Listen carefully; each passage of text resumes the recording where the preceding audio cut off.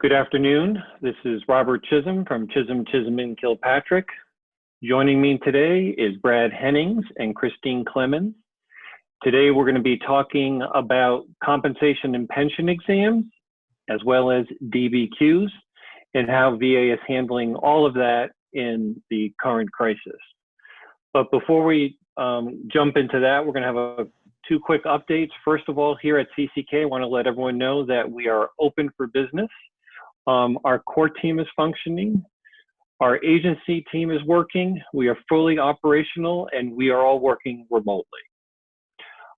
With that update, I'm going to jump right over to Brad Hennings, who's going to give us an update on what's happening at the VA.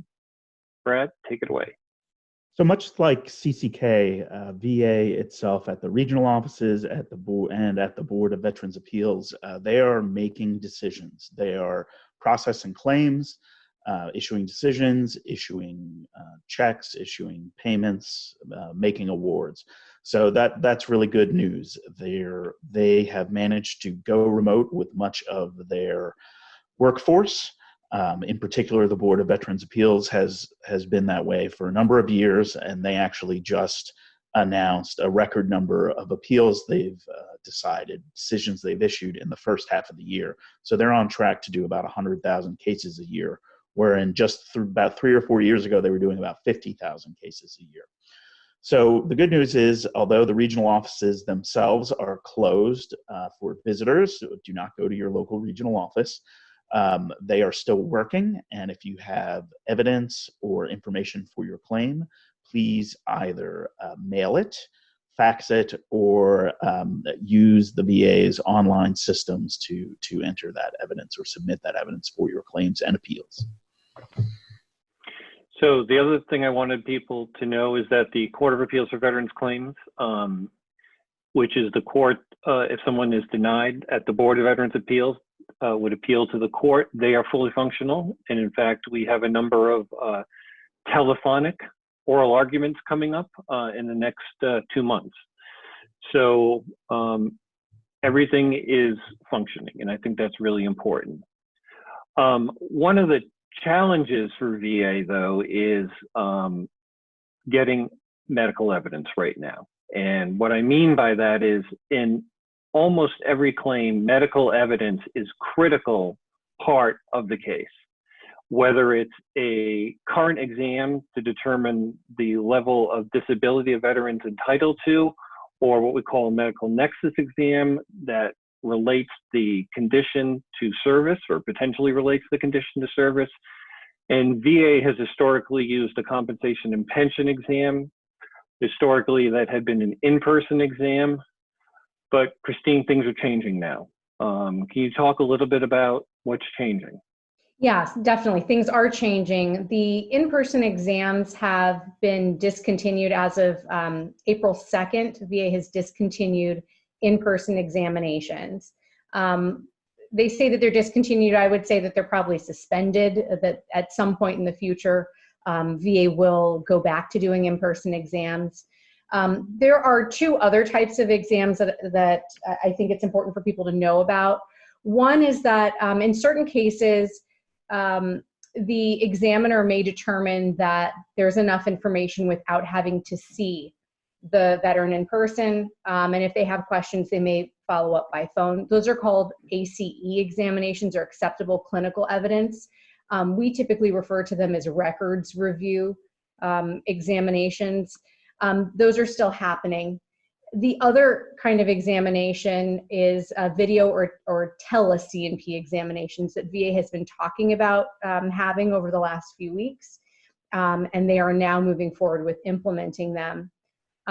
They are not suitable for all conditions, so VA is not conducting them across the board.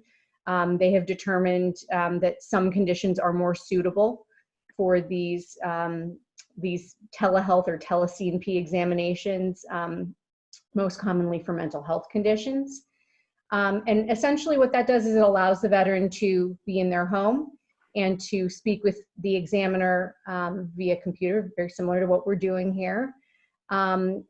and to have a teleconference with that provider so the provider can see the veteran and speak to them and ask them the questions that they would ask them typically in person. So do we know what impact this is going to have on, I'm guessing we really don't know yet what impact it's going to have on, say, for an example, an orthopedic exam that historically would have to be done in person, and what will happen to those claims in the meantime? We don't know. I mean, if the examination can be, if it is one of those ACE, if it's something that can be conducted outside of the presence of the veteran just by reviewing their records, maybe they have recent test results, they have recent medical treatment, maybe they have provided VA with private medical records, or they had previously had one of their physicians complete a disability benefits questionnaire, then that evidence would be in the file, and the examiner may determine that they could conduct an examination outside of the presence of the veteran. But in terms of somebody who needs to have that examination on their case, we don't know. We suspect that they're going to be suspended until VA has, until they resume their in-person operations. Perhaps they'll come up with something else, but I don't know that there's any discussion of that at this time. So you mentioned the Disability Benefits Questionnaires, so-called DBQs, that's the acronym for them. And they've been in use now for, I think, at least 10 years, maybe a little bit longer. But recently, Brad, things have changed with the DBQs. And I think all three of us have thoughts about this. But do you want to take the first crack at offering your thoughts on what's happening with the DBQs? Sure. So the DBQs, or otherwise known as Disability Benefits Questionnaires, they were set up as a way for VA to capture the appropriate medical information to rate a veteran service-connected disability. So the questionnaires themselves were designed and modeled to match the rating codes, which is how VA rates all of the veterans' disabilities. Now, for many years, they had made those forms publicly available, so a veteran could go to their own doctor, either their VA treating clinician or their private treating clinician, and have them fill those forms out, and then they could submit them as medical evidence to support their disability claim or appeal. And that was a very powerful tool for veterans. Unfortunately, VA abruptly removed all of the public-facing versions of the form, so that the average person can no longer just download one of those forms and go to their private practitioner to get them. The VA-C&P, compensation and pension examiners, will still be utilizing them and still have access to them, but veterans and their own clinicians no longer will. So Christine, you were able to find a fact sheet from 2018 that talked about how good these DBQs were for veterans and how good they were for the process, in fact. Absolutely. Part of the goal behind these DBQs, according to VA, was to allow access to the process for veterans and their family members. They could complete the exam with their own healthcare providers who were familiar with their conditions, who were familiar with their medical history, who knew the nuances of the condition and the severity, and weren't necessarily considering them from that one day, that one point in time. So it allowed for more control over the claims process, which traditionally veterans hadn't had a whole lot of control in that process. And they allowed for the medical providers to gain access to the information that they needed to evaluate the veterans' claims. The DBQs were noted by VA to be part of their transformation plan, and the goals were to eliminate disability claims backlog, to increase access to services and benefits, and to end veteran homelessness. And part of the goal in having these DBQs publicly available is that it aimed to increase efficiency while further engaging veterans, service members, survivors, and their families. So it's certainly surprising that they would eliminate these disability benefits questionnaires. They had, I believe, 70, maybe a little more than 70 that were publicly available for all different types of conditions, including conditions that were maybe more rare, that would require a specialist to be familiar with the condition and to provide an examination. So it might be harder for them to get an examination at VA. And so the removal of these is both surprising and especially in light of these goals that VA has cited in their own fact sheet from 2018. So transparency was obviously a big part of this, because before the DBQs, if you went to your doctor and said, can you write about my orthopedic condition, and as an orthopedist, what the doctor was going to write about might not have matched what was in the rating schedule. And so you could bring the doctor the DBQ and say, here's what the VA needs to know. Can you answer 1, 2, 3, 4, 5, 6 questions? And that allowed transparency for both the veteran, the doctor, and then the VA could use that to rate the claim. So now we're in a situation where these aren't publicly available, and VA is going from in-person exams to this telemedicine thing, which is a good thing, but why take this drastic action at this particular point in time when, you know, we are in the midst of this crisis and veterans could still theoretically mail these to their doctors, the doctors complete them, and then submit them to the VA? It makes no sense to me. I agree. It makes no sense to me either. You know, I think the other thing to think about with appeals modernization, with the AMA, is that one of the things that a veteran needs to have if they're trying to now file a claim that was maybe previously denied, or if they want to provide new evidence to VA to consider an appeal that was recently denied, is that they need to have new and relevant evidence. And the disability benefits questionnaires are important for establishing that, for establishing things like what the condition is, the level of severity of the condition, the possible etiology or causes of the condition. And so, you know, there are more options now in AMA, and the supplemental claim is supposed to be a good thing with a reduced standard of review, with this relevant standard. But now we're making it harder, or VA is making it harder for veterans to actually get that evidence that they need to support their claims. I think the other thing is that you mentioned transparency. I always thought the DBQs were a way to sort of level the playing field. So instead of VA saying, well, this opinion that you have from your doctor they're not really speaking our language, and it's not hitting these points that we need to ensure are here in order to grant the benefit or to grant an increased rating, is that then we were looking at like and like. We were looking at two different, two maybe examinations that compared the same information. And ultimately, how important that information was something to be weighed by VA.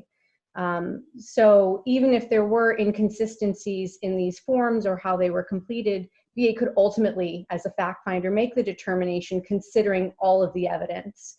So it is concerning and a little confusing, I think, shocking, that VA has eliminated them from public use. So one of the things I like to do, VA released a statement as to why they're eliminating the DBQs, and I'd like to spend a moment to sort of go through these reasons that they gave. First, they said the new DBQs must be made with each update to the rating schedule. That is correct, but they're going to have to do it anyway, aren't they? And they're going to give it to their own doctors, and not only are they going to give it to their own doctors, they're going to give it to the private contractors that they use. So the only one that doesn't get to use this is the veteran, him or herself. And that it just makes no sense to me. I think Next especially thing, in light, go ahead. I'm sorry, Robert, especially in light of the fact that this is a non-adversarial pro-veteran system.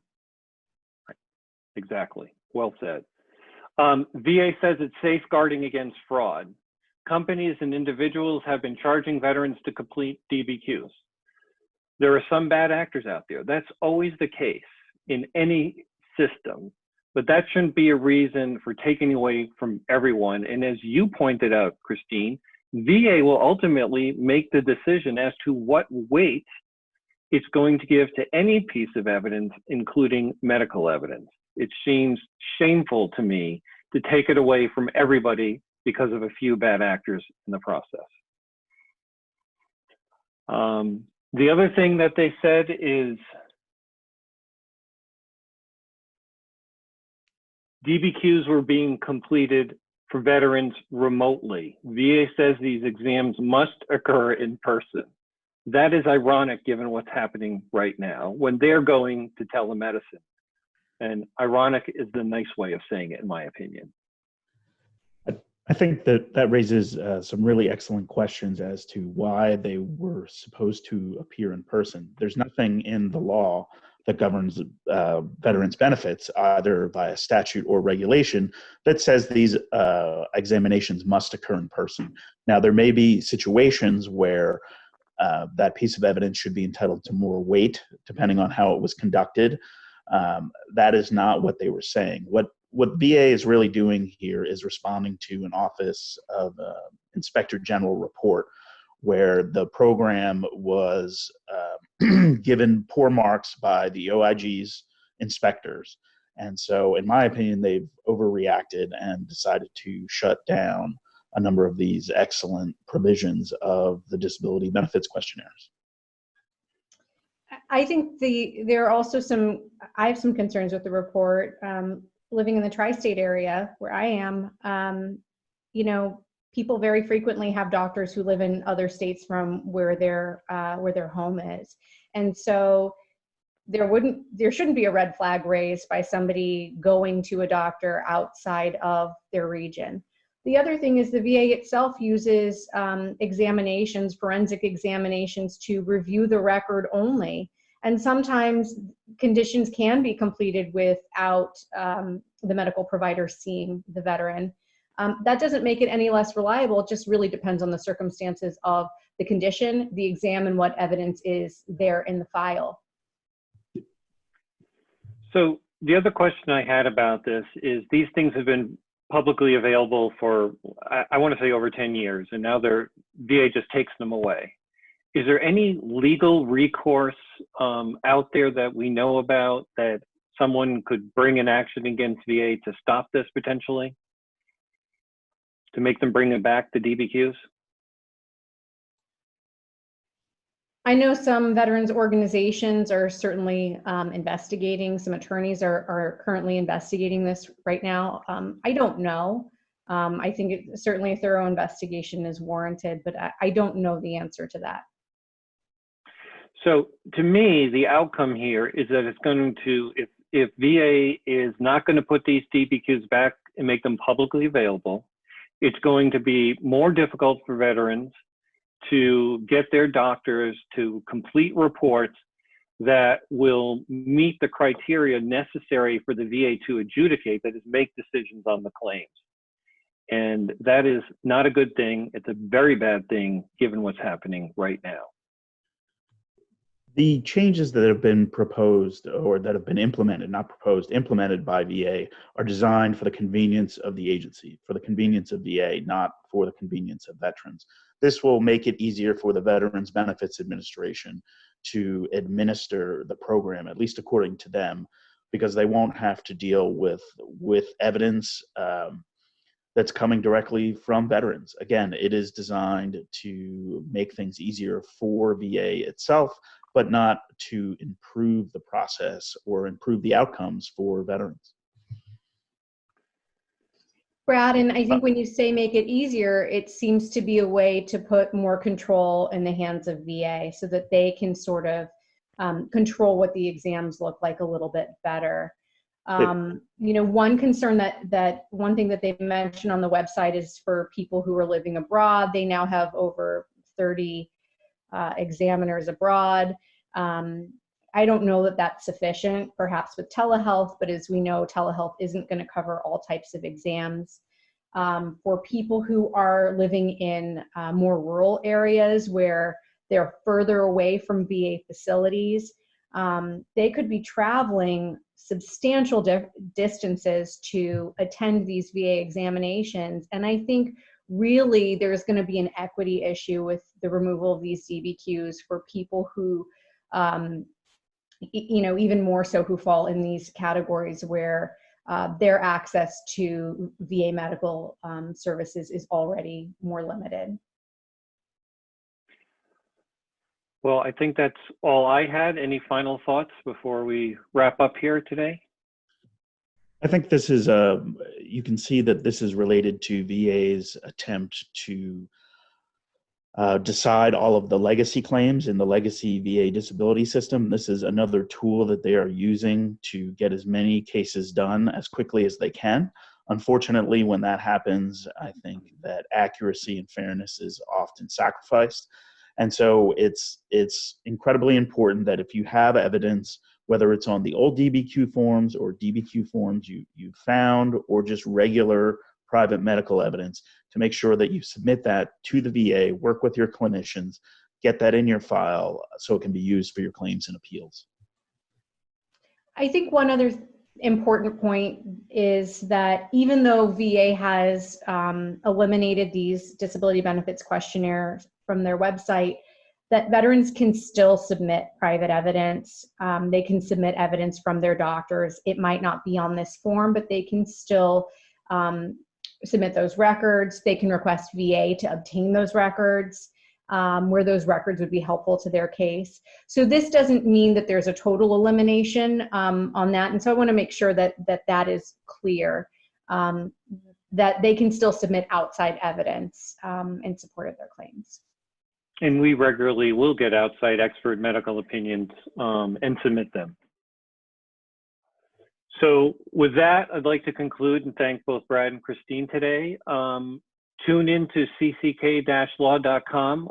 We will continue to update our website, our Facebook page. As we learn new information, we will share it with you. Continue to tune into our Facebook Live. We're doing them every week. And if there's anything that you would like us to talk about, please reach out to us on Facebook and we will try and cover that topic as well. Thanks, everyone.